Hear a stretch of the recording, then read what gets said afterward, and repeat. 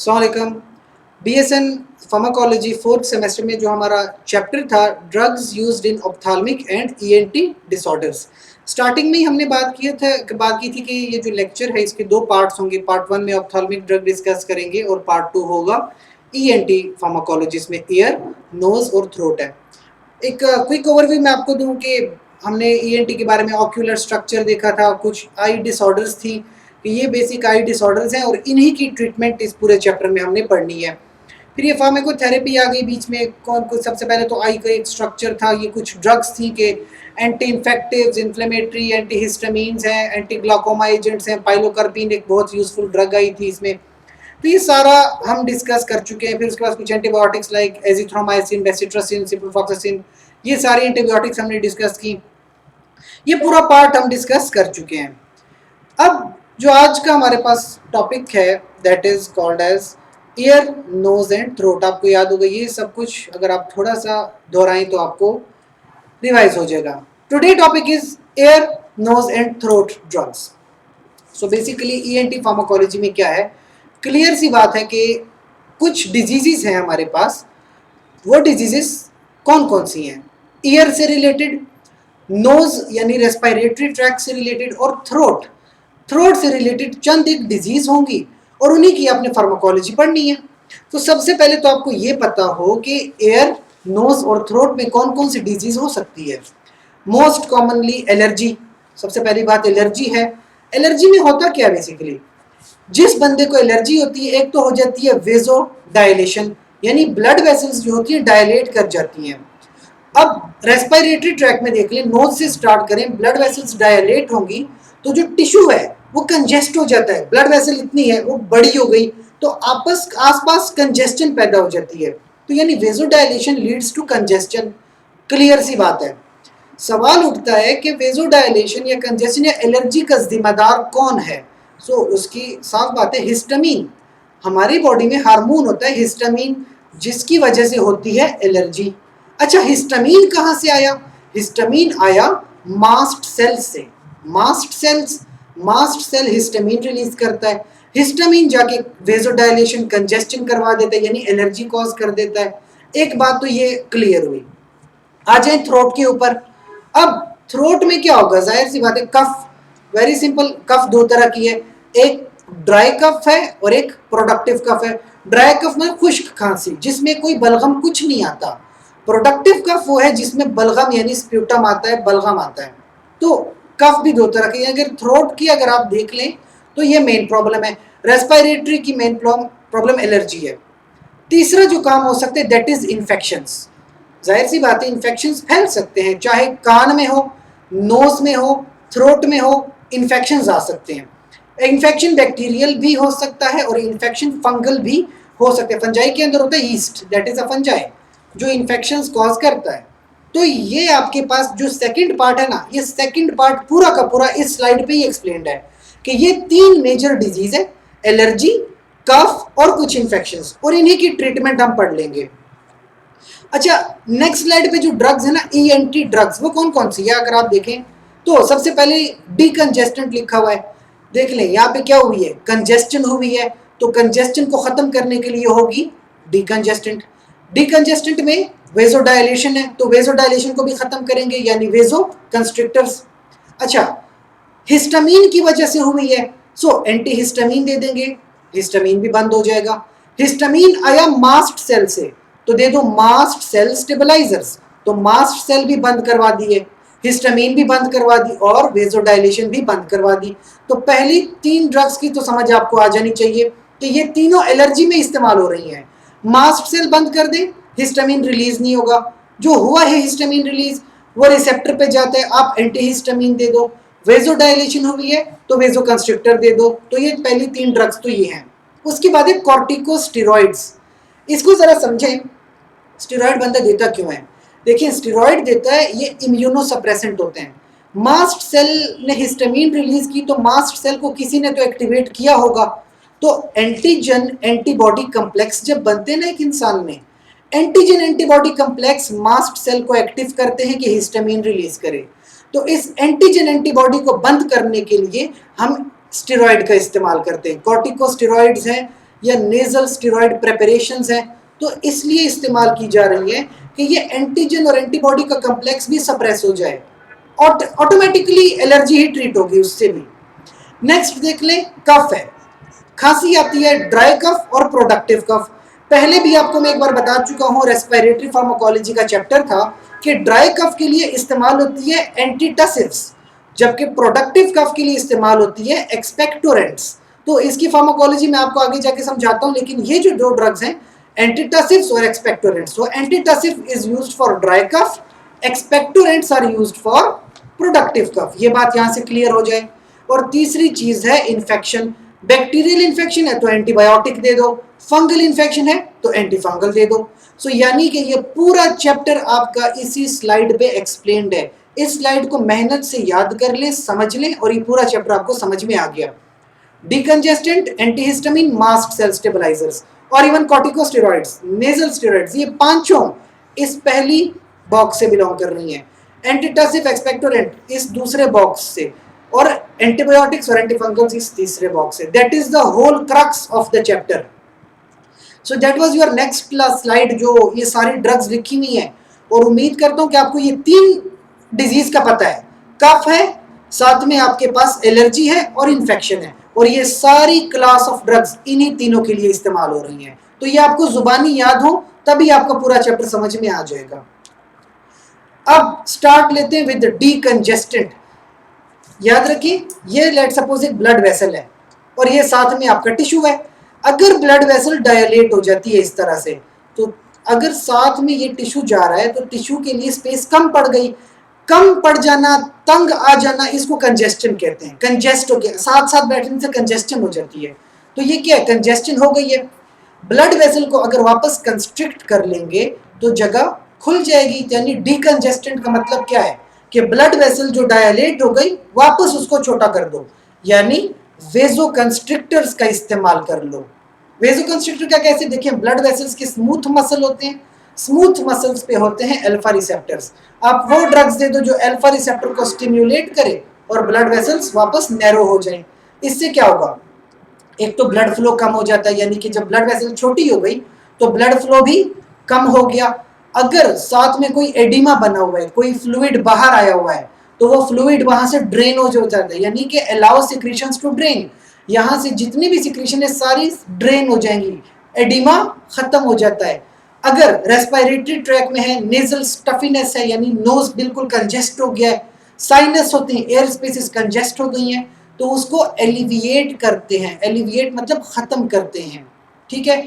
इसके अलावा commonly prescribe for colds and allergies, obviously allergy है तो ब्लड वेसल्स की डायलेशन है, तो डीकंजेस्टेंट इस्तेमाल करते हैं एलर्जी में, कोल्ड में, यानी जो नज़ला जुकाम होता है। इसके अलावा टॉपिकल एडमिनिस्टर्ड ड्रग्स हैं, यानी कि नेजल स्प्रे या नेजल ड्रॉप्स या इवन ओरल ड्रग्स भी हैं, टॉपिकल भी अवेलेबल, ओरल भी अवेलेबल। एक मोस्ट कॉमनली ड्रग है सूडोएफेड्रिन, आपने ब्रांड का नाम सुना होगा एरिनेक। एरिनेक में एक तो पैरासीटामोल है, साथ में सूडोएफेड्रिन है, तो एरिनेक इज बेस्ट एंटी डीकंजेस्टेंट, जो डीकंजेस्टेंट है। इसके अलावा फिनाइल प्रोपेनोलामीन, ये क्या करती है, डायरेक्टली वेजोकंस्ट्रिक्टर है, ब्लड वेसल को कंस्ट्रिक्ट करती है। तो कौन कौन सी ड्रग्स हो गई, दो ड्रग्स डीकंजेस्टेंट में, पहली है फिनाइल प्रोपेनोलामीन और दूसरी है सूडोएफेड्रिन। ये डीकंजेस्टेंट है, यानी ब्लड वेसल्स को वापस कंस्ट्रिक्ट कर देंगी, जिसकी वजह से कंजेस्शन बंद हो जाएगी और आपको थोड़ा रिलीफ मिलता है। कुछ और ड्रग्स भी हैं लाइक नेफाजोलिन, ऑक्सीमेटाजोलिन, टेट्राहाइड्रोजोलिन, जाइलोमेटाजोलिन, ये सारी अल्फा रिसेप्टर एगोनिस्ट्स हैं। Next drug is antihistamine. जैसे मैंने कहा था कि कंजेस्शन का मेन कल्प्रिट हार्मोन कौन सा है, दैट इज हिस्टामिन, और हिस्टामिन आया था मास्ट सेल से। तो ये हिस्टामिन जो है ये अपने रिसेप्टर पे जाके वेजोडाइलेशन करवा रहा है।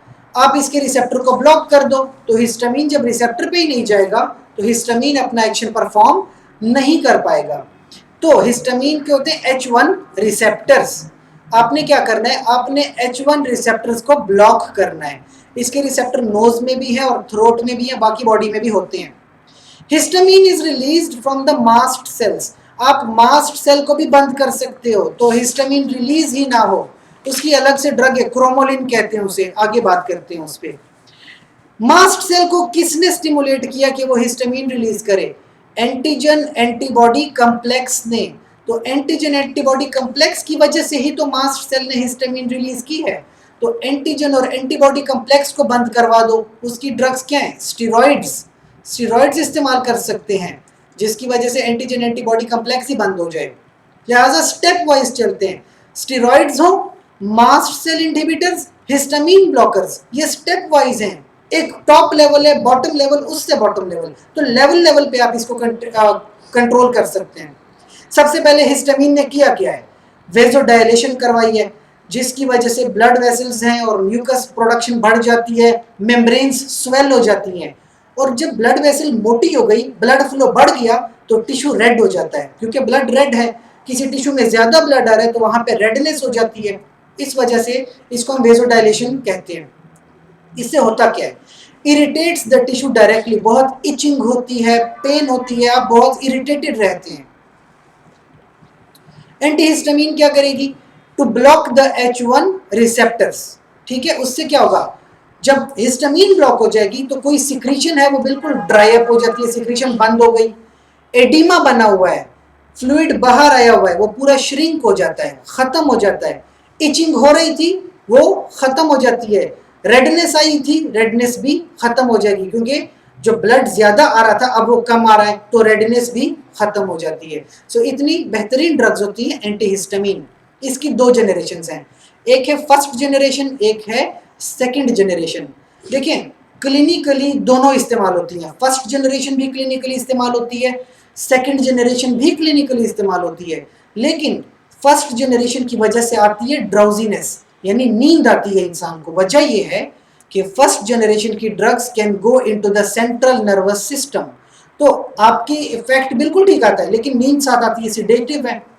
Second generation can not go to the brain, तो क्योंकि वो ब्रेन में नहीं जा सकती, उनका स्ट्रक्चर ऐसे बनाया गया कि वो ब्रेन में ना जाए, तो सेकंड जनरेशन में सीडेशन नहीं आती, ये बात याद रखिए। अब आए ड्रग्स पे। क्लोरफेंड्रामीन, सिप्रोहेप्टाडीन, डाइफेनहाइड्रामीन, ब्रोमफेंड्रामीन, कार्बिनोक्सामीन, क्लेमेस्टीन, डेक्सक्लोरफेंड्रामीन, फेनिंडामीन, प्रोमेथाजीन, ट्राइप्रोलिडीन, ये सारी फर्स्ट जनरेशन ड्रग्स हैं। मैं आपको एग्जांपल देता हूं, जैसे आपने पिरिटॉन का नाम सुना होगा, पिरिटॉन फर्स्ट जनरेशन है। ग्रेविनेट, बहुत सारे लोग खांस ये उल्टियों के लिए यूज करते हैं, ग्रेविनेट फर्स्ट जनरेशन है। तो इस तरह की ड्रग्स हैं। अच्छा, डाइफेनहाइड्रामीन, इसमें डाइमिनहाइड्रिनेट ग्रेविनेट आती है। सेकंड जनरेशन देख लें, एजिलेस्टीन, सेट्रिजीन, लिवोसेट्रिजीन, लोराटिडीन बहुत कॉमनली यूज्ड है, सॉफ्टिन के नाम से आती है, लोरीन के नाम से आती है, डिसलोराटिडीन, फेक्सोफेनाडीन, ये बहुत ज्यादा प्रेस्क्राइब होती है फेक्सिट के नाम से, ओलोपेटाडीन, ये सारी हिस्टामिन ब्लॉकर्स हैं। ये तमाम लिस्ट सिर्फ और सिर्फ H1 को ब्लॉक कर रही है। बस फर्क ये है कि फर्स्ट जनरेशन ब्रेन में जाती हैं, सिडेशन कॉज करती हैं, सेकंड जनरेशन ब्रेन में नहीं जाती और सिडेशन कॉज नहीं करती। थोड़ी सी डिटेल है, जैसे एजिलेस्टीन है, सो नेजल स्प्रे में भी आती है, use to treat allergic rhinitis, rhinitis nose में होता है, तो वहां पे एलर्जी वगैरह हो जाए तो डायरेक्टली नोज के अंदर स्प्रे किया जा सकता है और इचिंग वगैरह खत्म हो जाती है। लोराटिडीन ओरल ड्रग है, लोराटिडीन बहुत यूजफुल है, ये सॉफ्टिन के नाम से और लोरीन के नाम से, लोरीन NSA, एलर्जी सिम्टम्स को खत्म करता है, नज़ला, जुकाम, आईज से पानी वगैरह आना बिल्कुल क्लियर करता है। Very useful. ये एक स्लाइड है जो आपकी बाद में आती है, लेकिन मैं इसको थोड़ा पहले लेके आया हूँ क्योंकि ये यहीं पे ज़रूरत थी अकॉर्डिंग टू माय अंडरस्टैंडिंग। कि देखिए आपने दो तरह की ड्रग्स पढ़ी, एंटीहिस्टामिन पढ़ी और डीकंजेस्टेंट पढ़ी। ये स्लाइड इन दोनों का कॉम्बिनेशन है। जैसे कि एलेग्रा डी है तो इसमें दो ड्रग्स हैं, फेक्सोफेनाडीन और सूडोएफेड्रिन। सूडोएफेड्रिन क्या है? डीकंजेस्टेंट। फेक्सोफेनाडीन क्या है? एंटीहिस्टामिन। फिर डेस्लोराटिडीन, सूडोएफेड्रिन सेम।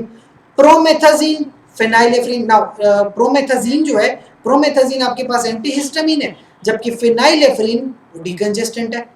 क्लोरफेंड्रामीन, फेनाइलेफ्रिन, वंस अगेन क्लोरफेंड्रामीन डीकंजेस्टेंट है। सेट्रिजीन एंटीहिस्टामिन है, सूडोएफेड्रिन डीकंजेस्टेंट है। अच्छा, रोंडेक, इसमें 3 ड्रग्स आती हैं, क्लोरफेनड्रामीन जो कि एंटीहिस्टामीन है, फिनाइलेफ्रिन जो डिकंजेस्टेंट है, और डेक्स्ट्रोमेथॉर्फन एंटीटसिव है। कभी कभी खांसी भी साथ में हो जाती है, नजला जुकाम के साथ साथ खांसी भी हो जाती है, तो रोंडेक के नाम से मेडिसिन अवेलेबल है। 3 ड्रग्स की कॉम्बिनेशन में, डेक्स्ट्रोमेथॉर्फन एंटीटसिव यानी खांसी को खत्म करने के लिए, फिनाइलेफ्रिन और क्लोरफेनड्रामीन। इसके बाद जो मैंने कहा था, आपको एक बार फिर से रिवाइज करवाता हूं कि हिस्टामीन ने वेजोडाइलेशन की, हिस्टामीन आया था मास्ट सेल से, तो डायरेक्टली मास्ट सेल को ही बंद करवा दो।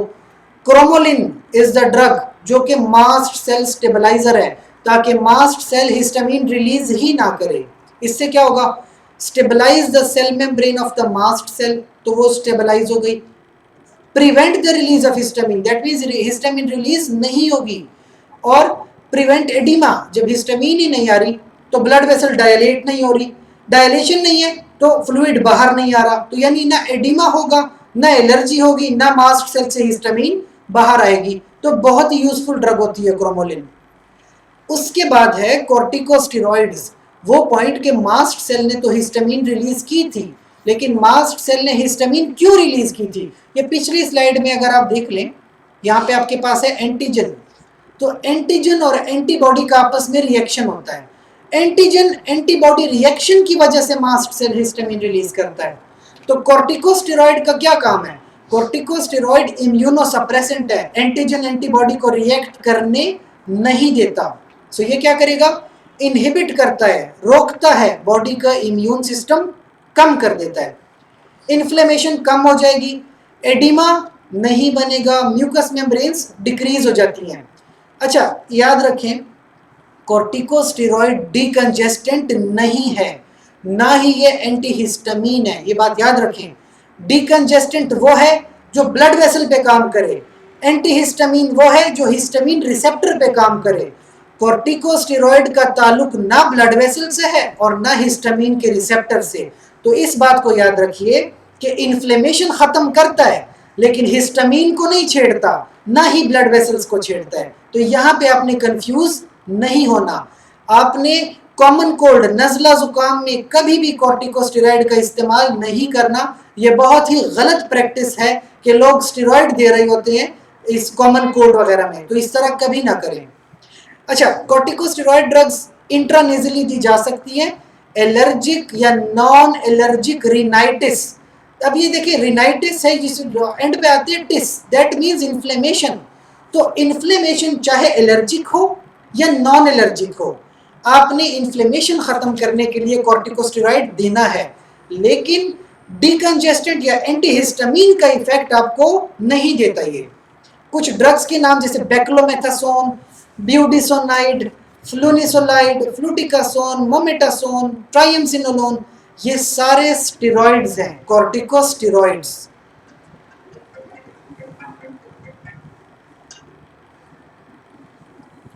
Next drug is budesonide. Budesonide is also steroidal drug है, कॉर्टिकोस्टेरॉइड है, spread into the nose to treat allergy symptoms, तो एलर्जी को ट्रीट करता है। मोमेटासोन, अब मोमेटासोन क्या है, बेसिकली ये भी एक स्टेरॉइड है, ये भी इंट्रानेजली दिए जाते हैं और एलर्जी को ट्रीट करते हैं, यानी डायरेक्ट टॉपिकल है। ट्राइएमसिनोलोन सिमिलर टॉपिकल ड्रग है बट नॉट स्प्रे, ये पेस्ट है। पेस्ट आप यूज करते हैं माउथ अल्सर्स में, इन्फ्लेमेशन हो जाती है माउथ में और अल्सर हो जाते हैं और बहुत ज्यादा जलन होती है उसमें, आप कुछ खा पी नहीं पाते, उसके लिए फिर आपके एक पेस्ट होता है, वो माउथ के अंदर अल्सर के ऊपर लगाते हैं इन्फ्लेमेशन को खत्म करने के लिए। और फिर है डेक्सामेथासोन, ये तो बहुत ही कॉमन ड्रग है, हर जगह पे इस्तेमाल होने वाली ड्रग है। तो आपके पास डेक्सामेथासोन है। डेक्सामेथासोन क्या करती है, applied topically as a solution in external ear canal. तो अगर आपके कान में कहीं सूजन हुई है, वहां पे इन्फ्लेमेशन हुई है, तो dexamethasone can be used to treat allergies associated with ear canal. अक्सर इन्फेक्शंस हो जाते हैं, कान के इन्फेक्शंस, वहां पे बहुत दर्द होता है, इन्फ्लेमेशन होती है, तो डेक्सामेथासोन का इस्तेमाल कर सकते हैं। नेक्स्ट चीज एंटीबायोटिक्स। क्लियर बात, किसी बंदे को इन्फेक्शन हुआ है, इन्फेक्शन कहीं भी हो सकता है, आईज में इन्फेक्शन हुए थे, बेसिट्रासिन यूज की थी, अब इन्फेक्शन थ्रोट में भी हो सकता है, इन्फेक्शन कान के अंदर भी हो सकता है, रेस्पिरेटरी ट्रैक में भी इन्फेक्शन हो सकता है।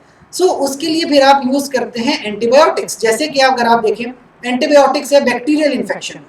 बैक्टीरिया में एक आता है streptococci, bacteria streptococci throat infection करता है, स्ट्रेप थ्रोट, उसके लिए आप एंटीबायोटिक्स यूज करते हैं जैसे एजिथ्रोमाइसिन, क्लेरिथ्रोमाइसिन वगैरह।